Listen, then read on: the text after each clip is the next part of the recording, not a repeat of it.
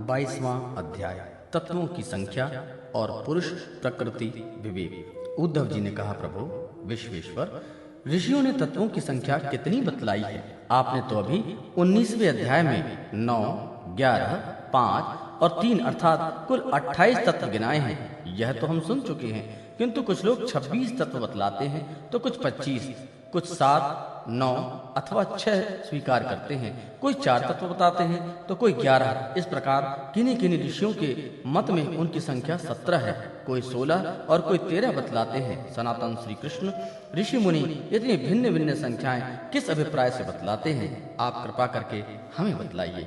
भगवान श्री कृष्ण जी ने कहा, उद्धव, वेदज्ञ ब्राह्मण इस विषय में जो कुछ कहते हैं वह सब ठीक है, क्योंकि सभी तत्व सब में अंतर्भूत हैं। मेरी माया को स्वीकार करके क्या कहना असंभव है। जैसे तुम कहते हो वह ठीक नहीं है, मैं जो कहता हूँ वही यथार्थ है। इस प्रकार जगत के कारण के संबंध में विवाद इसलिए होता है कि मेरी शक्तियाँ सत्व, रज आदि गुणों और उनकी वृत्ति का रहस्य लोग समझ नहीं पाते, इसलिए वे अपनी अपनी मनोवृत्ति पर ही आग्रह कर बैठते हैं। सत्व आदि गुणों के क्षोभ से ही यह विविध कल्पना रूप प्रपंच, जो वस्तु नहीं केवल नाम है, उठ खड़ा हुआ है। यही वाद विवाद करने वालों के विवाद का विषय है। जब इंद्रियां अपने वश में हो जाती हैं तथा चित्त शांत हो जाता है, तब यह प्रपंच भी निवृत्त हो जाता है और उनकी निवृत्ति के साथ ही सारे वाद विवाद भी निपट जाते हैं। पुरुष शिरोमणि तत्वों का एक दूसरे में अनुप्रवेश है, इसलिए वक्ता तत्वों की जितनी संख्या बतलाना चाहता है उसके अनुसार कारण को कार्य में अथवा कार्य को कारण में मिलाकर अपनी इच्छित संख्या सिद्ध कर लेता है। ऐसा देखा जाता है कि एक ही तत्व में बहुत सारे दूसरे तत्वों का अंतर्भाव हो गया है। इसका कोई संबंधन नहीं है किसका किसमें अंतर्भाव हो। कभी घटपट आदि कार्य वस्तुओं का उसके कारण मिट्टी सूत आदि में, तो कभी मिट्टी सूत आदि का घटपट आदि कार्यों में अंतर्भाव हो जाता है।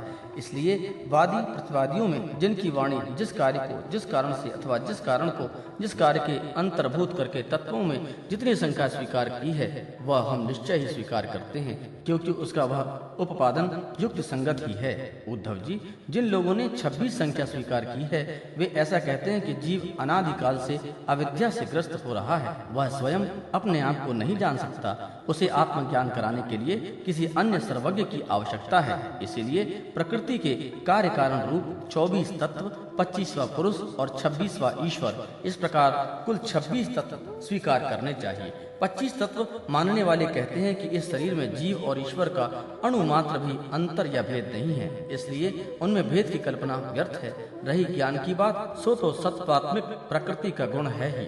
तीनों गुणों में साम्यावस्था की प्रकृति है, इसलिए सत्व रज आदि गुण आत्मा के नहीं प्रकृति के ही हैं। इन्हीं के द्वारा जगत की स्थिति, उत्पत्ति और प्रलय हुआ करती है। इसलिए ज्ञान आत्मा का गुण नहीं है, प्रकृति का ही गुण सिद्ध होता है। इस प्रसंग में सत्व गुण ही ज्ञान है, रजोगुण ही कर्म है और तमोगुण ही अज्ञान कहा गया है। गुणों में क्षोभ उत्पन्न करने वाला ईश्वर ही काल है और सूत्र अर्थात महातत्व की स्वभाव है। इसलिए 25 और 26 तत्वों की दोनों की संख्या युक्त संगत है। उद्धव जी, जिन तीनों गुणों को प्रकृति से अलग मान लिया जाए, जैसे कि उनकी उत्पत्ति और प्रलय को देखते हुए मानना चाहिए, तो तत्वों की संख्या स्वयं ही 28 हो जाती है। उन तीनों के अतिरिक्त 25 ये हैं पुरुष, प्रकृति, महातत्व, अहंकार, आकाश, वायु, तेज, जल और पृथ्वी। ये 9 तत्व मैं पहले ही गिना चुका हूँ। श्रोत्र, त्वचा, चक्षु, नासिका और रसना, ये 5 ज्ञानेन्द्रियां, वाक, पाणी, पाद, पायु और उपस्थ, ये 5 कर्मेंद्रियां तथा मन, जो कर्मेंद्री और ज्ञानेन्द्री दोनों ही है। इस प्रकार कुल 11 इंद्रियां तथा शब्द, स्पर्श, रूप, रस और गंध, ये ज्ञानेन्द्रियों के 5 विषय। इस प्रकार 3, 9, 11 और 5 सब मिलाकर 28 तत्व होते हैं। कामेंद्रियों के द्वारा होने वाले 5 कर्म, चलना, बोलना, मल त्यागना, पेशाब करना, काम करना, इनके द्वारा तत्वों की संख्या नहीं बढ़ती। इन्हें कर्मेंद्रिय स्वरूप ही मानना चाहिए। सृष्टि के आरंभ में कार्य 11 इंद्रियां और पंचभूत के कारण महातत्व आदि के रूप में प्रकृति ही रहती है। वही सत्वगुण, रजोगुण और तमोगुण की सहायता से जगत की स्थिति, उत्पत्ति और संहार संबंधी अवस्थाएं धारण करती है। अव्यक्त पुरुष को प्रकृति और उसकी अव्यवस्थाओं का केवल साक्षी मात्र बना रहता है। महातत्व आदि कारण धातुओं विकार को प्राप्त होते हुए पुरुष के ईक्षण से शक्ति प्राप्त करके परस्पर मिल जाते हैं और प्रकृति का आश्रय लेकर उसी के बल से ब्रह्मांड की सृष्टि करते हैं। उद्धव जी, जो लोग तत्वों की संख्या 7 स्वीकार करते हैं, उनके विचार से आकाश, वायु, तेज, जल और पृथ्वी ये 5 भूत, छठा जीव और 7वां परमात्मा जो साक्ष्य जीव और साक्ष्य जगत दोनों का अधिष्ठाता है, ये तत्व हैं देह, इंद्री, प्राण आदि की उत्पत्ति तो पंचभूतों से हुई है, इसलिए वे इन्हें अलग नहीं गिनते।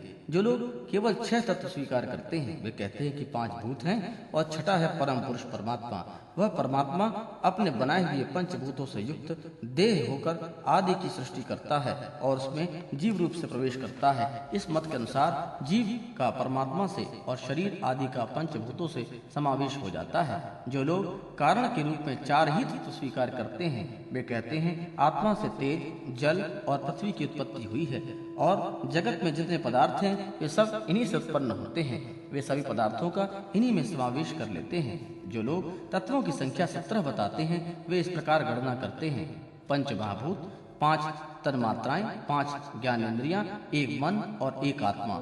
जो लोग तत्वों की संख्या 16 बताते हैं, उनकी गणना भी इसी प्रकार है। अंतर केवल इतना ही है कि वे आत्मा में मन का भी समावेश कर लेते हैं और जिस प्रकार उनकी तत्व संख्या 16 रह जाती है। जो लोग 13 तत्व मानते हैं, वे कहते हैं कि आकाश आदि 5 भूत, श्रोत्रादि 5 ज्ञानेंद्रियां, 1 मन, 1 जीवात्मा और परमात्मा ये 13 तत्व हैं। 11 संख्या मानने वालों ने 5 भूत, 5 ज्ञानेंद्रियां और इसके अतिरिक्त 1 आत्मा का अस्तित्व स्वीकार किया है। जो लोग 9 तत्व मानते हैं, वे आकाश आदि 5 भूत और मन, बुद्धि, अहंकार ये 8 प्रकृतियां और 9वां पुरुष इन्हीं को तत्व मानते हैं। उद्धव जी, इस प्रकार ऋषि मुनियों ने भिन्न भिन्न प्रकार से तत्वों की गणना की है। सबका कहना उचित ही है क्योंकि सबकी संख्या युक्त युक्त है। जो लोग तत्वज्ञानी हैं, उन्हें किसी भी मत में बुराई नहीं दिखती, उनके लिए तो सब कुछ ठीक ही है।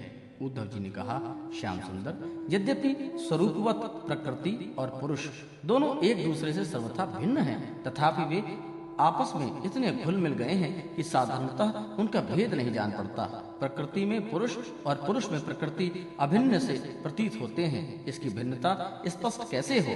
कमल नयन श्री कृष्ण, मेरे हृदय में इसकी भिन्नता और अभिन्नता को लेकर बड़ा ही संदेह है। आप तो सर्वज्ञ हैं, अपनी युक्त युक्त वाणी से मेरे संदेह का निवारण कीजिए। भगवान, आपकी वाणी से ही जीवों का ज्ञान होता है और आपकी माया शक्ति से ही उनके ज्ञान का नाश होता है। अपनी आत्मस्वरूपणी माया की विचित्र गति आप ही जानते हैं और कोई नहीं जानता। अतएव आप मेरा यह संदेह मिटाने में समर्थ हैं। कृपया मेरा संदेह मिटावे। भगवान श्री कृष्ण ने कहा, उद्धव जी, प्रकृति और पुरुष, शरीर और आत्मा, इन दोनों में अत्यंत भेद है। इस प्रकृत जगत में जन्म, मरण एवं वृद्धि, ह्रास आदि विकार लगे ही रहते हैं। इनका कारण यह है कि यह गुणों के क्षोभ से वही बना है। प्रिय मित्र, मेरी माया त्रिगुणात्मक है। वह अपने सत्व, रज आदि गुणों से अनेक प्रकार के भेद वृत्तियां पैदा कर देती है। यद्यपि इसका विस्तार असीम है, फिर भी इस विकारात्मक सृष्टि को 3 भागों में बांट सकते हैं। वे 3 भाग हैं: आध्यात्म, आदिदेव और आदिभूत। उदाहरणार्थ, नेत्रेंद्रिय आध्यात्म है, उसका विषय रूप आदिभूत है और नेत्र गोल में स्थित सूर्य देवता का अंश आदिदेव है। ये तीनों परस्पर एक दूसरे से के आश्रय से सिद्ध होते हैं और इसीलिए आध्यात्म, आदिदेव और आदिभूत ये तीनों ही परस्पर सापेक्ष हैं। परंतु आकाश में स्थित सूर्यमंडल इन तीनों की अपेक्षा से मुक्त है क्योंकि वह स्वतः सिद्ध है। इसी प्रकार आत्मा भी उपर्युक्त तीनों भेदों का मूल कारण, उनका साक्षी और उनसे परे है। वही अपने स्वयं सिद्ध प्रकाश से समस्त सिद्ध पदार्थों की मूल सिद्धि है। उसी के द्वारा सबका प्रकाश होता है। जिस प्रकार चक्षु के 3 भेद बताए गए हैं, उसी प्रकार त्वचा, श्रोत्र, जिह्वा, नासिका और चित्त आदि के भी 3 भेद हैं। प्रकृति से महातत्व बनता है, महातत्व से अहंकार। इस प्रकार यह अहंकार गुणों के क्षोभ से उत्पन्न हुआ। प्रकृति ही एक विकार है। अहंकार के 3 भेद हैं: सात्विक, तामस और राजस। यह अहंकार ही अज्ञान और सृष्टि की विविधता का मूल कारण है। आत्मज्ञान रूप है, उसका यह पदार्थों से न कोई संबंध है और न उससे कोई विवाद की ही बात है। अस्ति नास्ति, है नहीं है, सगुण निर्गुण, भाव अभाव, सत्य मिथ्या आदि रूप ही जितने भी वाद विवाद हैं, सबका मूल कारण भेद दृष्टि ही है। इसमें संदेह नहीं कि इस वाद विवाद का कोई प्रयोजन नहीं है, यह सर्वथा व्यर्थ है। तथापि जो लोग मुझसे अपने वास्तविक स्वरूप से विमुख हैं, वे इस विवाद से मुक्त नहीं हो सकते। उद्धव जी ने पूछा, भगवान आपसे विमुख जीव अपने किए हुए पुण्य पापों के फलस्वरूप ऊंची नीची योनियों में जाते आते रहते हैं। अब प्रश्न यह है कि व्यापक आत्मा एक शरीर से दूसरे शरीर में जाना, अकर्ता का कर्म करना और नित्य वस्तु का जन्म मरण कैसे संभव है? गोविंद, जो लोग आत्मज्ञान से रहित हैं, वे तो इस विषय को ठीक ठीक सोच भी नहीं पाते और इस विषय के विद्वान संसार में प्रायः मिलते नहीं, क्योंकि सभी लोग अपनी माया की भूल भुलैया में पड़े हुए हैं। इसीलिए आप ही कृपा करके मुझे इसका रहस्य समझाइए। भगवान श्री कृष्ण ने कहा, प्रिय उद्धव, मनुष्यों का मन कर्म संस्कारों का पुंज है। उसके संस्कारों के अनुसार भोग प्राप्त करने के लिए उसके साथ 5 इंद्रियां भी लगी हुई हैं। इसी का नाम है लिंग शरीर। वही कर्मों के अनुसार एक शरीर से दूसरे शरीर में, एक लोक से दूसरे लोक में आता जाता रहता है। आत्मा इस लिंग शरीर से सर्वथा पृथक है, उसका आना जाना नहीं होता, परंतु जब वह अपने को लिंग शरीर ही समझ बैठता है, उसी में अहंकार कर लेता है, तब उसे भी अपना आना जाना प्रतीत होने लगता है। मन कर्मों के अधीन है, वह देखते हुए या सुनते हुए विषयों का चिंतन करने लगता है और क्षण भर में ही उसमें तदाकार हो जाता है तथा उन्हीं पूर्व चिंतित विषयों में लीन हो जाता है। धीरे धीरे उसकी स्मृति पूर्वापर का अनुसंधान भी नष्ट हो जाता है। उन देवादि शरीरों में इसका इतना अभिनिवेश, इतनी तल्लीनता हो जाती है कि जीव को अपने पूर्व शरीर का स्मरण भी नहीं रहता। किसी भी कारण से शरीर को सर्वथा भूल जाना ही मृत्यु है। उदाहरण, जब यह जीव किसी भी शरीर को अभेद भाव से मैं के स्वरूप में स्वीकार कर लेता है, तब उसे ही जन्म कहते हैं। ठीक वैसे ही जैसे स्वप्नकालीन और मनोरथकालीन शरीर में अभिमान करना ही स्वप्न और मनोरथ कहा जाता है। यह वर्तमान देह में स्थित जीव जैसे पूर्व देह का स्मरण नहीं करता, वैसे ही स्वप्न या मनोरथ में स्थित जीव भी पहले से स्वप्न और मनोरथ को स्मरण नहीं रखता। प्रत्युत उस वर्तमान स्वप्न और मनोरथ में पूर्व सिद्ध होने पर भी अपने को नवीन सहित समझता है। इंद्रियों के आश्रय मन या शरीर की सृष्टि में आत्म वस्तु में यह उत्तम, मध्यम और अधम त्रिविधता भासती है। उसमें अभिमान करके ही आत्मा बाह्य और अभ्यंतर भेदों का हेतु मालूम पड़ने लगता है। जैसे दुष्ट पुत्र को उत्पन्न करने वाला पिता पुत्र के शत्रु मित्र आदि के लिए भेद का हेतु हो जाता है। प्यारे उद्धव, काल की गति सूक्ष्म है, उसे साधारणतः देखा नहीं जा सकता। उसके द्वारा प्रतिक्षण ही शरीर में उत्पत्ति और नाश होते रहते हैं।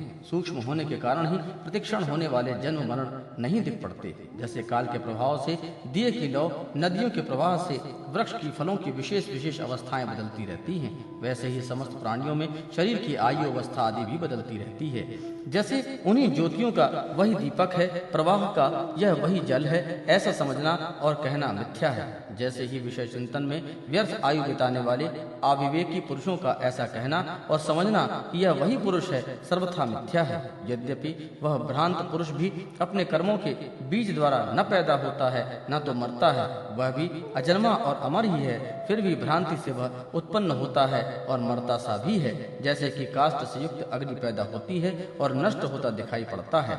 उद्धव जी, गर्भाधान, गर्भवृद्धि, जन्म, बाल्यावस्था, कुमारावस्था, जवानी, अधेड़, बुढ़ापा और मृत्यु, ये 9 अवस्थाएं शरीर की हैं। यह शरीर जीवन से भिन्न है और ये ऊंची नीची अवस्थाएं उसके मनोरथ के अनुसार ही हैं, परंतु यह अज्ञानवश गुणों के संग से इन्हें अपने मानकर भटकने लगता है और कभी कभी विवेक हो जाने पर इन्हें छोड़ भी देता है। पिता को पुत्र से जन्म और पुत्र पिता की मृत्यु अपने अपने जन्म मरण का अनुमान कर लेना चाहिए। जन्म मृत्यु से युक्त देहों का दृष्टा जन्म और मृत्यु से युक्त शरीर नहीं है। जैसे जौ, गेहूं आदि की फसल बोने पर उग आती है और पक जाने पर काट दी जाती है, किंतु जो पुरुष उसमें उगने और कटने का जानने वाला साक्षी है, वह उसमें सर्वथा पृथक है। वैसे ही शरीर और उसकी अवस्थाओं का साक्षी है, वह शरीर से सर्वथा पृथक है। अज्ञानी पुरुष इस प्रकार प्रकृति और शरीर से आत्मा का विमोचन नहीं करता।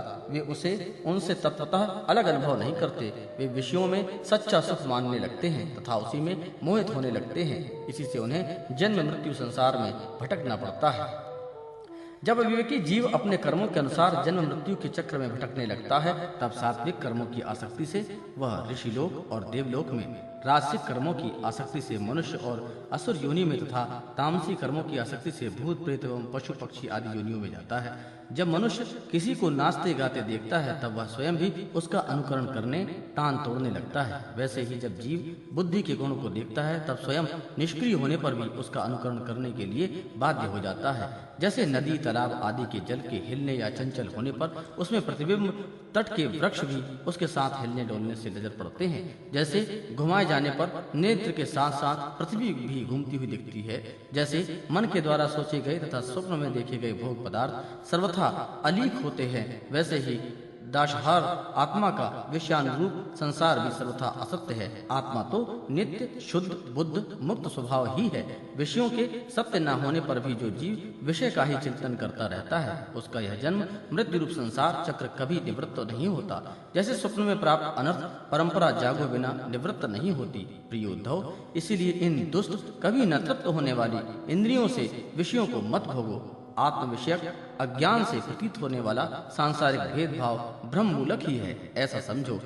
असाधु पुरुष गर्दन पकड़कर बाहर निकाल दे, वाणी द्वारा अपमान करे, उपहास करे, निंदा करे, मारे पीटे, बांधे, आजीविका छीन ले, ऊपर थूक दे, मूत दे अथवा तरह तरह के विचलित करें, निष्ठा से डिगाने की चेष्टा करें, उनके किसी भी उपद्रव से शुद्ध न होना चाहिए, क्योंकि वे तो बेचारे अज्ञानी हैं, उन्हें परमार्थ का तो पता ही नहीं। अतः जो अपने कल्याण का इच्छुक है, उसे भी सभी कठिनाइयों से अपने विवेक बुद्धि द्वारा ही, किसी बाह्य साधन से नहीं, अपने को बचा लेना चाहिए। वस्तुतः आत्मदृष्टि ही समस्त विपत्तियों से बचने का एकमात्र साधन है। उद्धव जी ने कहा, भगवान, आप समस्त वक्ताओं के शिरोमणि हैं। मैं इस दुर्जनों में किए गए तिरस्कार को अपने मन में अत्यंत असहाय समझता हूँ। अतः जैसे मैं इसको समझ सकूं, आपका उपदेश जीवन में धारण कर सकूं, हमें वैसा बताइए। विश्वात्मन, जो आपके भगवत धर्म के आचरण में प्रेम पूर्वक संलग्न हैं, जिन्होंने आपके चरण कमलों का ही आश्रय ले लिया है, उस शांत पुरुष के अतिरिक्त बड़े बड़े विद्वानों के लिए भी दुष्टों के द्वारा किया हुआ तिरस्कार सह लेना अत्यंत कठिन है, क्योंकि प्रकृति अत्यंत बलवती है।